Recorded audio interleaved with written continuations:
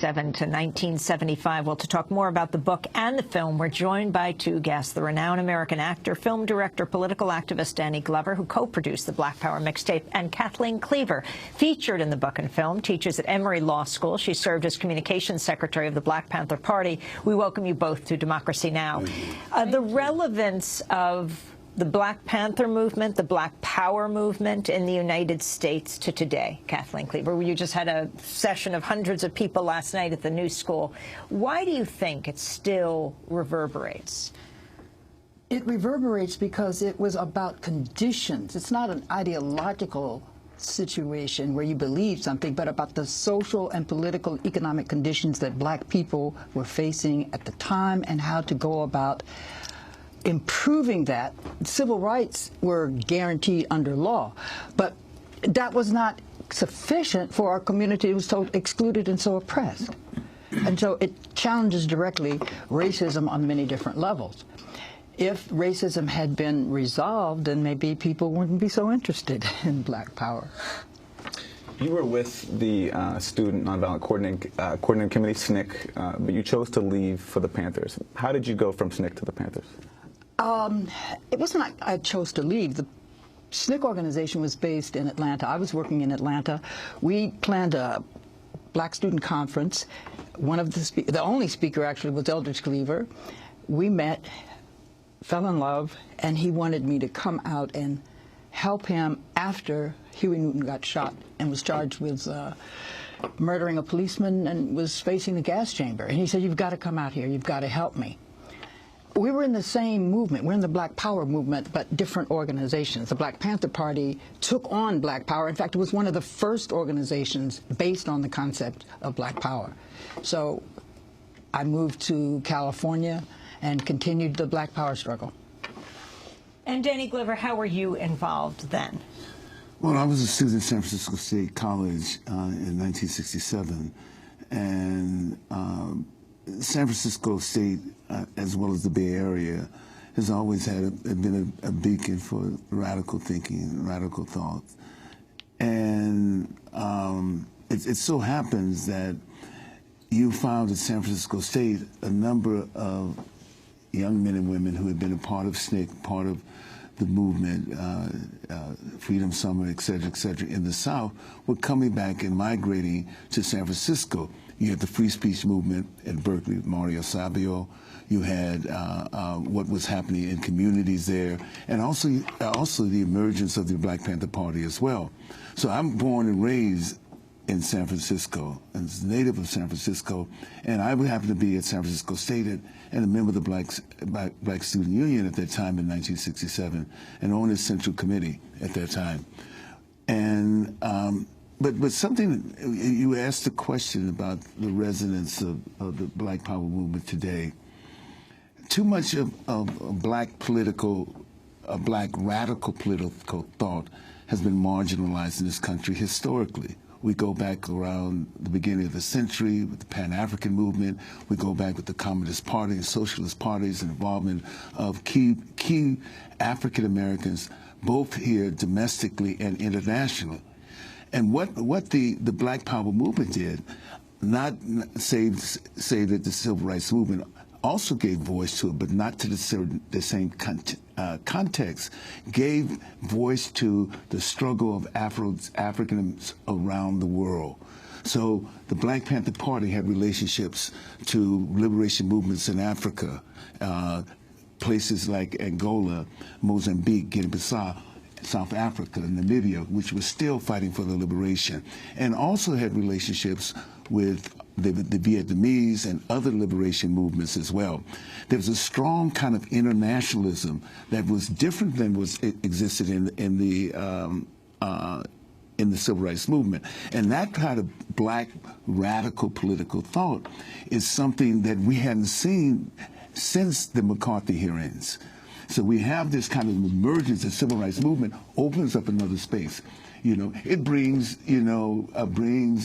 people to the table. Jack O'Dell, a socialist, you know, who works with Martin Luther King, brings that, and then the extension of that in there. It's important because we know that the conditions that we have in which we exist today, whether they're political, whether they're environmental, are going to have some imaginative, radical thinking to change the paradigm. I want to go to a clip, another clip from Black Power mixtape. We hear from the renowned singer-songwriter Erykah Badu, but first, Black Panther and political activist Eldridge Cleaver speaking in 1968. I believe that a time has come, a point has been reached where a line just has to be drawn. There's a favorite line that I know about, and it says that there is a point where caution ends and cowardice begins. All three of these pigs that we have a choice of, Oink Nixon, Oink Humphrey, and Oink Wallace, they're not for us. They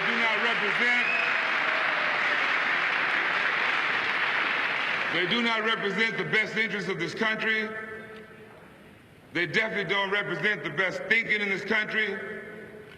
In fact, they represent the very worst tradition that was ever to crawl from beneath the rocks in this bankrupt country. It's right to defend yourself against anything and anyone. No, we don't believe in violence. We don't believe in killing. We don't believe in harming or hurting. We weren't the ones who inflicted pain and harm on people. We weren't the ones who kidnapped a whole culture of people and brought them to do service for us. And because we stand and fight back and want peace, we want to work with pride, love and live and grow with pride. That's all we want. And to say that we're wrong to defend ourselves is idiotic. Seriously twisted. That's shame on America for that. That's Erykah Badu, the singer-songwriter. Before that, Eldridge Cleaver. Kathleen Cleaver, how did you go from being a Black Panther, a Black Power activist, to a law professor at Emory University in Atlanta today? Well, there's kind of a long period. When I was a Black Panther, I was married in San Francisco and left the country to join my husband in Algeria, and we spent about 7 years away, and I came back. I had dropped out of college twice. So I had to, in the 80s, I went back to college, and then I went to law school, and then I went and practiced law and clerked for a judge. And I was hired by a law school. I was recommended by my judge, and that has a lot to do with it, the prestige of the judge and the prestige of the law school. It was a Yale Law School I graduated from. It was Judge Higginbotham that I clerked for. So now I'm appropriate to teach in a law school. And Danny Glover, how did that go from? Okay, no. Yes, how do you go from being a Black Power activist at San Francisco State to lethal weapon? No, and before we end, to your assessment of where we are with the Obama administration today. That's a big one. Well, I think one of the, I was just talking about this to someone just earlier. I think one of the issues that we have to really focus on is the kind of movement building, which we talk about. And we all know that Obama's election was not that. It wasn't the initiation of a movement or the culmination of anything, particularly outside of the kind of liberal thinking about having a black president. There's so much that we have to do, so much work that has to be done. Essentially, the politics of the situation internationally, domestically. I mean, they've created some space. You know, they've created some space for us to talk about inequity. You know, of course, that space was created by the Wall Street and created by the Occupy movement and other movements that continue to go on. So we have to take that space right now at this particular moment. We have the difficult choice of what comes after Obama, you know, and I don't think it's anything, whether it's from the Democratic Party or the Republican Party, that we can think about supporting, especially from the Democratic Party, what comes after Obama. But we have just this period. They had a period of 8 years where I think we were indulged, disillusioned about what was happening and what we were supposed to do, and we had work to do. But on that issue of going from Black Power movement to Lethal Weapon, I mean, you're a famous star around the world for these films. Well, I think I think what's characteristic in my career and the beginning in my career, because I began on stage, it was a work of movements. You know, I was very much involved after the time I spent at San Francisco State with the African Liberation Support Committee.